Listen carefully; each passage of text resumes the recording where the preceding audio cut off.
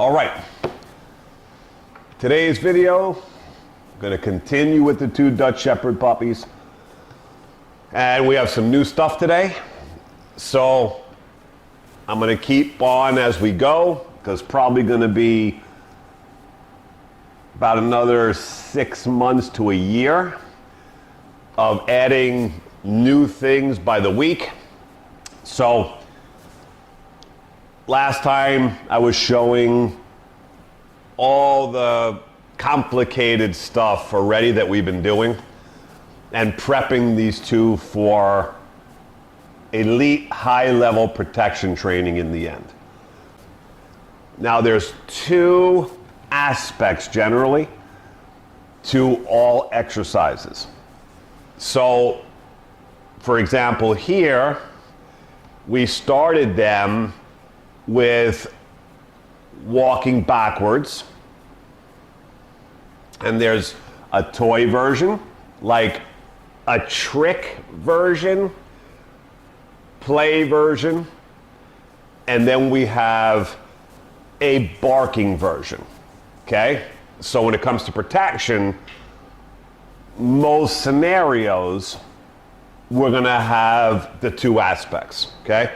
So I'm going to show you both.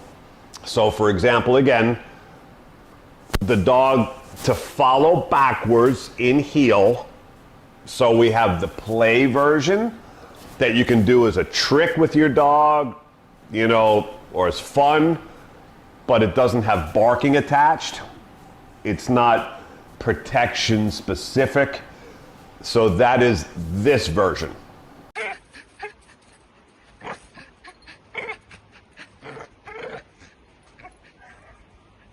Yes, good.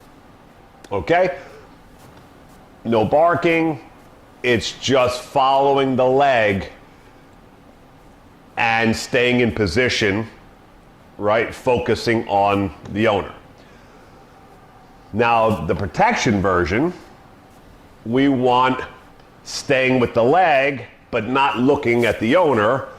It's looking ahead at the object that we told it to bark at, okay? Which is setting up for later protection when we have an attacker, right? So object, attacker, same thing. So we're just teaching the dog to focus on that object and talk on command at the object and keep with the leg the same. Now look a little different, right? Because there's a lot of energy and, you know, passion. So we turn that talking on, it changes the look and it's not as tight. We don't really care that it's that tight when we're in a protection scenario, as long as they stay with us and follow us, okay? Without getting out of control. So that's this version.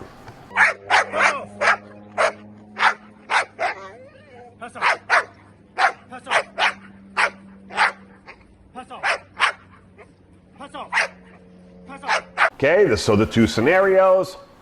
One, just follow the leg, no talking, very little talking, okay? And looking up and staying steady. Second version, now we add a protection aspect to it. And now it's at the object, okay, for future protection skills, right? Which leads to this.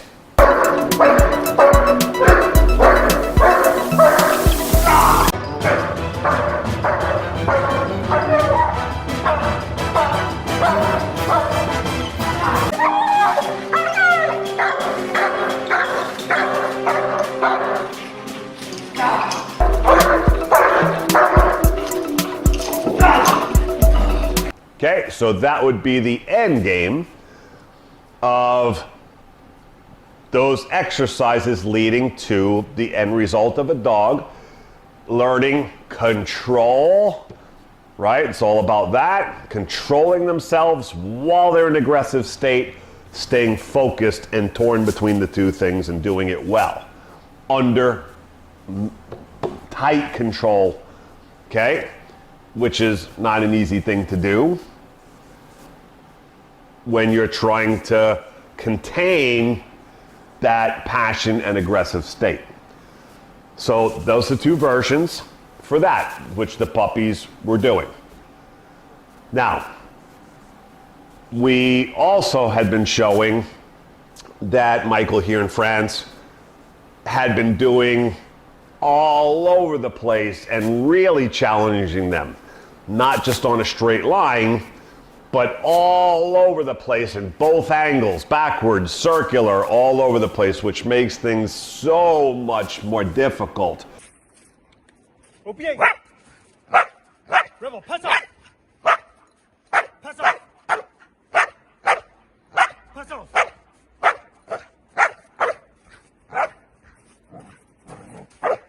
Good. Pass off!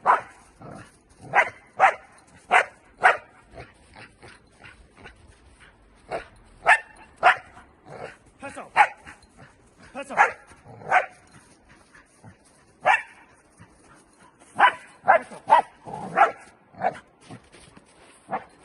Pass off! Pass off!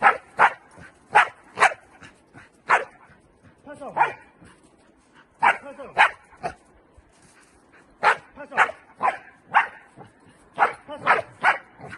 Pass off! Pass off!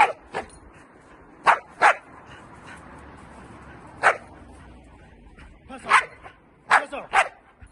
Pass off! Okay, so that is very difficult.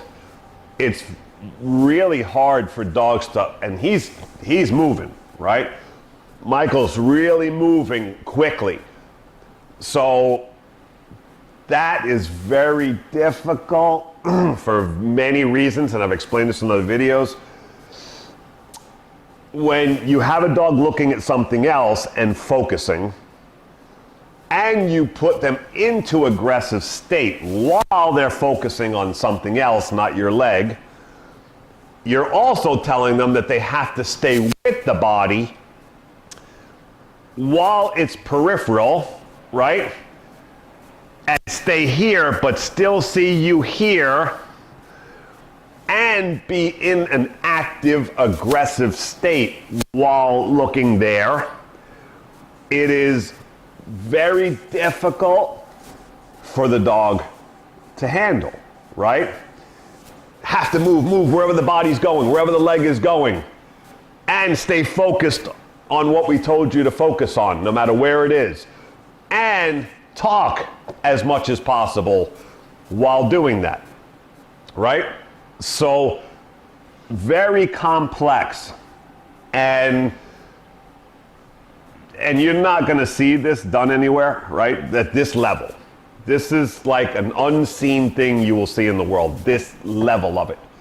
And puppy, being able to hold that leg, right, and stay with, backward, around, talking, focus, containing itself, not to run off the body and go attack the object that we told it to bark at.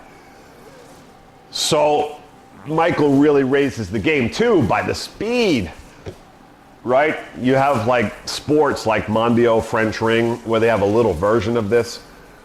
And it's a path and the owner walks and it's very slow and not many dogs bark. The dog knows what's coming. It's a game. It's not real protection. And they wait and they know there's going to be a touch eventually, and then they go grab the object on the decoy. Much, much higher level game than sports, right? I mean, different realm of difficulty than any dog sport we have. That's why I'm always saying, don't compare dog sports to the stuff that I do in protection.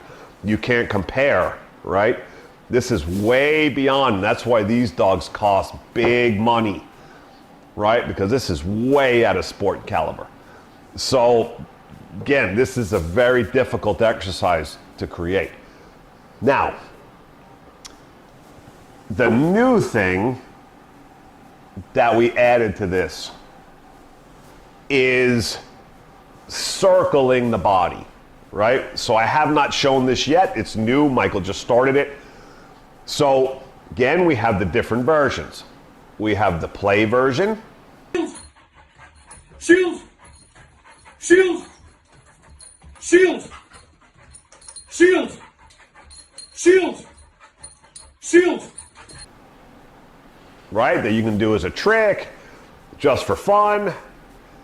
And then we take that and we have now turn it into a protection version.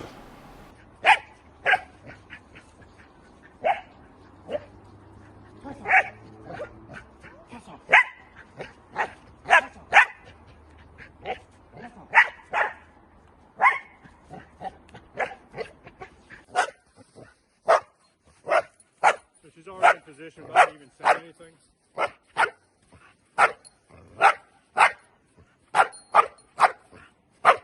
Open up. Pass off.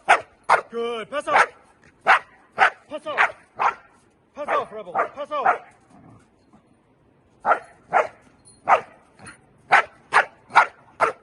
Pass off.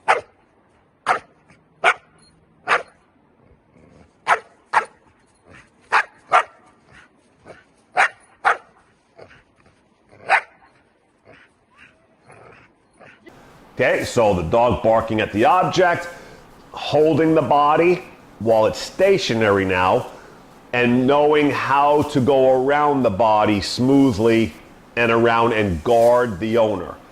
Okay, stay against and guard their body and keep off whatever is out there and directing aggression towards the owner. The dog keeps itself in that spot all the time to block off any threat or attack. And that's the purpose of this exercise.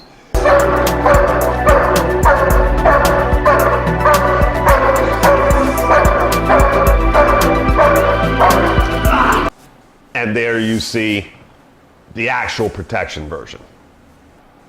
For real life, and I always say this, you never know when you will need that dog, or when your dog will be called on to act for you and actually use the skills it has been taught. And dogs who have these skills, which is rare in real life protection dogs, rare, right? To have these elite skills, very rare. But it's setting you and prepping you and your dog for anything and any movement that has to happen in that scenario that you don't know how to move properly because you don't know if your dog knows how to move properly. Your dog is ready for it because he's done all the movements and learned how to follow the body and stay with you no matter where you're going. So there's a fluency that there's not going to be any confusion when that moment comes, if ever. That it won't be all over the place. Dog's confused, you're confused, you don't know what he'll do and won't follow, right? That's not the moment that you want to test that, right? How good your dog is or what they would do. And obviously, if the dog never went through these things, they're never going to be good at it, right? Most protection dogs, if you ever need them, it's this, right? And you're stuck now with a crazy dog on the end of a line and trying to get away, and it's pulling you this way and you want to get away, right? So that is not protection. That's insanity. That is out of control. That is lack of discipline, lack of skills, right? Now, maybe it saves your life, right? But lack of skill and causes chaos. So that's why, to me, these things are so important. I'm always thinking reality and how do things really work in life if it ever comes to it. And I'm always thinking of all the scenarios that could happen or possibly come about, right, as much as possible, to make sure that owner and dog are prepped for whatever may come. That is why these things are so important. And that is why these dogs cost so much money. All right, so now, big question.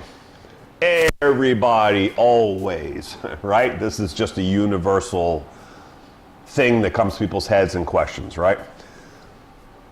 So here, this is I'm going to show you now.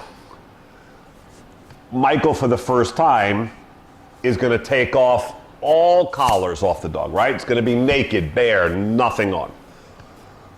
And we could have done this a long time ago, right? Don't need the collars, don't. But gonna test the conditioning he's done with them and how fluent they are, right?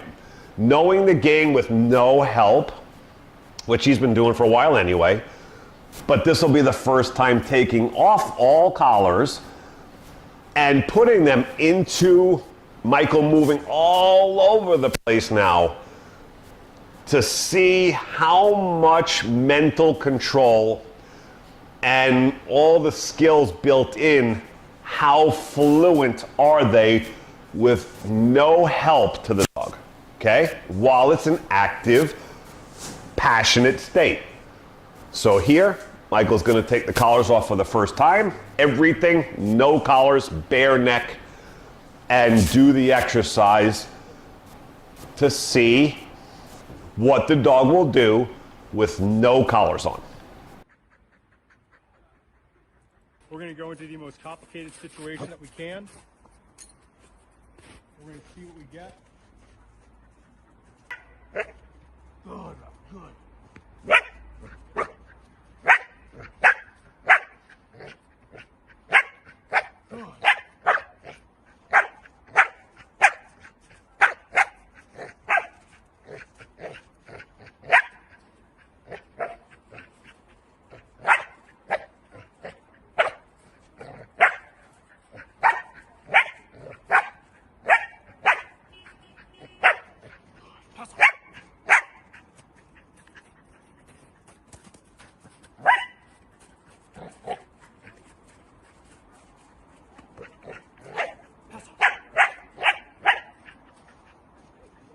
Pass up.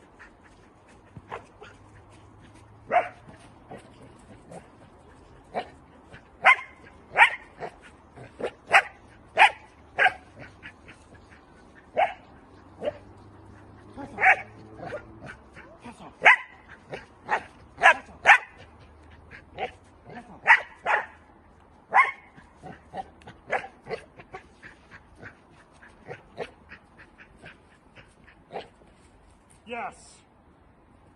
Good, Rebel. Good. Okay? Perfect. Right? No, nothing. It's just the dog doing what it was taught to do and do it well in passionate state, again, focusing on an object while talking, while trying to hold the leg in his peripheral and stay with him as much as possible. And he's moving quickly, right? All these things add so much difficulty to the exercise. Again, for the dog, it's very difficult with a lot of speed, right? And then all over these movements. So you see how fluent this puppy is with such a high level game, right? Now, this is why I always state, start young, start your obedience game, 8 weeks old, start your bite work game, very young, 10 weeks old, 8 weeks old, I start right away. But within the first, 3 months of the dog's life, you should be starting the bite game, the passion game. So I always say this, much easier to build anything and everything into a dog. When you start very young, the dog doesn't know better. So it's very easy to come off collars and all discipline or any help when you've done the game very well and started early and young. The later you start, the harder it becomes. And yeah, we'll always get the dogs off the collars and always have it in the end just the same. Doesn't matter. But make life easy. Start very young, because when the puppy comes to you very young, they don't have a history. They don't know anything except for what you are showing them life is with you, right? If you let them do what they want, and no discipline, no rules, no training, no, showing them how to do things, how to bite the pillow, how to out, building drive, building those obedience skills, right? Things become more challenging as the dog ages, right? So 5-6 months up, if you waited to there, you're late. Not too late, but you're late, because most people, they had them since 8 months old to 3 months old, 8 weeks old to 3 months old. You're letting months and months go by that dog's been just doing what it wants, no rules, how most people own a dog, right? Just let it be a dog, right? And it becomes harder because they have a history already developed of not working, not using their minds, not listening, and now you have to counter condition what they saw life with you as. You start 8 weeks old, they don't know anything coming from mom, and this is what we've built in a lifestyle and an outlook that they don't have anything else to judge it, right? Or look back on. So we mold it and we create a mental habit that they can't even help. It's just ingrained, and it is what it is, and they don't even know the difference. So the example here of Michael doing this started very young, 8 weeks, 9 weeks old. And these are high level exercises, right? Not even just puppy stuff. This is high level. And being able to do that with no collars on perfectly well in all directions, and in an active, emotional, passionate state, which is the highest form of control, right? Regular obedience compared to that is a piece of cake. Getting a dog or puppy into emotion and getting that mind crazy, but still being able to focus, is as high as dog training gets in the world, right? And where it all counts to control that passionate mind and still having them keep a level head of the skills and holding their form of what they're supposed to do, and not let the emotions get the best of them by breaking the command or the exercises, right? Because of the emotion and passion. That's where real dog training counts. So that's just the example I always say again. Start young, start as young as you can. On other new things Michael just started working with, and again, remember, Michael's never trained a dog in his life. This is all new to him. We've been doing this through Skype. Miami, here, to France, only through Skype since they were 8 weeks old, and building all their skills only through Skype. So now he started working them together in obedience, and here's him doing now the exercises that we were showing in the past, some of them, and starting to get them to work together as a team with some of these things. Pets. Seats. Pets. Seats. Pets. Yes! Good. Out.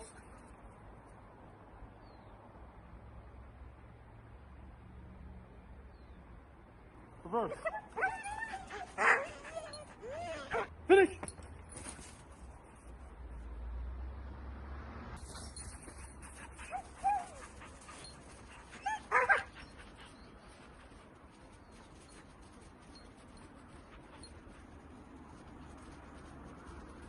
Front.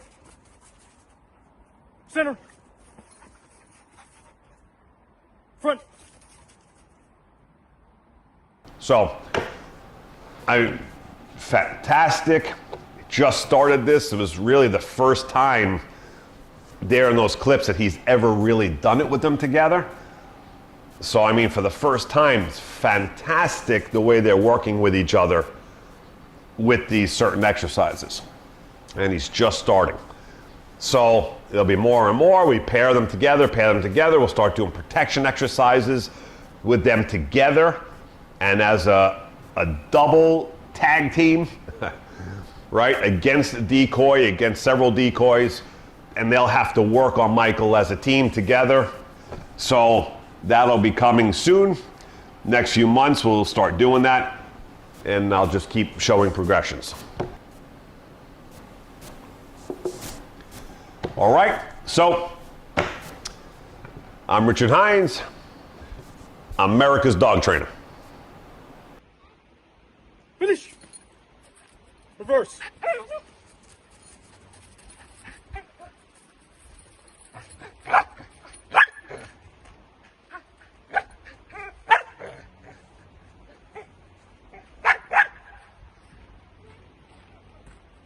Yes, good.